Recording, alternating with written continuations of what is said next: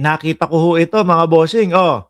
Senadora Miriam Defensor Santiago na magsampa ng kasong disbarment o kaso ng pagtanggal sa lisensya ni Atty. Levito Baligod. Oh, yan ho yung attorney na kasama ho nung 18 na 18 ex-marine daw ho, na hindi naman daw lahat ex-marine at yung iba doon may mga dishonor. Kaya natanggal na si Bak.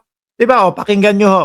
Pinag-aaralan na raw ni Senadora Miriam Defensor Santiago na magsampa ng kasong disbarment o kaso ng pagtanggal sa lisensya ni Atty. Levito Baligod.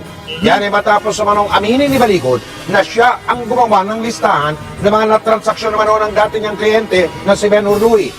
Nakita nyo.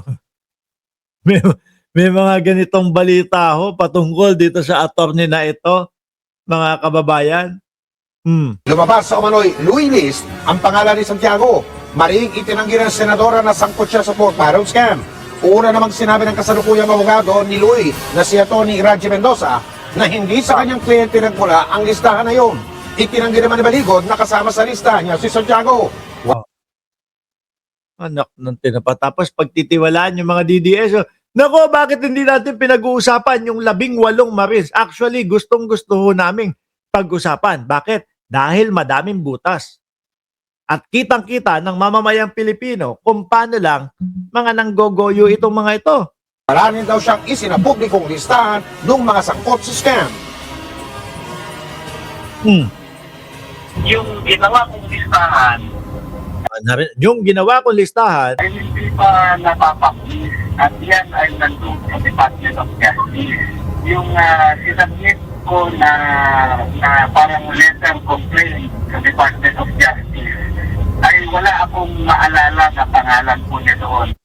sabi ni Madam Chris Rose, hilig nilang gumawa ng drama. Kasi wala na ho silang ibang pambala. Ubus na ho, mga kababayan. Sa tagal nilang sinisiraan si Pangulong Bongbong Marcos, wala nang mga maisip ho. No? Eto pa, may isa pa akong papakita sa inyo. Si Baligod ho din to. Baligod din ho, mga kababayan. Tingnan nyo ho, no? Bata pala ni Digong. Kaya naman pala gumaganong-ganon. Itong si attorney, ay bata pala ni dating Pangulong Duterte. Simulat sa pool pa lang ho, alam na natin yung kilusan at galawan ho ng mga DDS Di ba? Dahil gusto po nila sa pangunguna ng dating Pangulo, gusto nilang maagaw ang poder ng pagiging presidente kay Pangulong Bongbong Marcos kung ano-ano ng mga paninira ang ginawa niya. So, ibig sabihin lang ho, mga bossing, etong mga 18 Marines kasama nitong lawyer na ito ay dugtong lang po doon sa mga mautog-mautog rally nila. Kasi 'di ba yung mautog nila, mga bossing? Inumpisahan ho yan sa Davao. At ang nag-umpisa si dating Pangulong Duterte. At ang unang sinigaw doon ni dating Pangulong Duterte, may bangag daw tayong presidente.